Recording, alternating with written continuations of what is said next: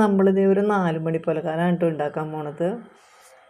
അതിനായിട്ട് നമ്മൾ ഗോതമ്പ് മാവാട്ടോ എടുത്തേക്കണേ. നമ്മളിതേ പാൻ അടുപ്പത്ത് വെച്ച് പാൻ നന്നായിട്ട് ചൂടായിട്ടുണ്ട് കേട്ടോ. അപ്പോൾ നമ്മുടെ ഗോതമ്പ് മാവ് അതിലേക്ക് ഒഴിച്ചു കൊടുത്തിട്ടുണ്ട് കേട്ടോ. മാവ് ഒഴിച്ചു കൊടുത്തതിന് ശേഷം നന്നായിട്ടൊന്ന് പരത്തിയെടുത്തിട്ടുണ്ട് കേട്ടോ. ഇതിനായിട്ട് നമ്മളൊരു കോഴിമുട്ട എടുത്തിട്ടുണ്ട് കേട്ടോ.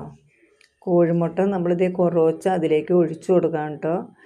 അത് ഒഴിച്ച് നല്ലോണം അതൊന്ന് പരത്തി കൊടുത്തിട്ടുണ്ട് കേട്ടോ. അതിന് ശേഷം ഒരു മസാല തയ്യാറാക്കിയിട്ടുണ്ട് കേട്ടോ.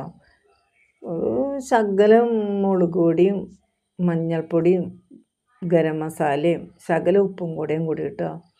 അത് നന്നായിട്ട് മിക്സ് ചെയ്തിട്ട് അത് ഇതിൻ്റെ മീതേക്ക് ഇട്ട് കൊടുക്കണം കേട്ടോ.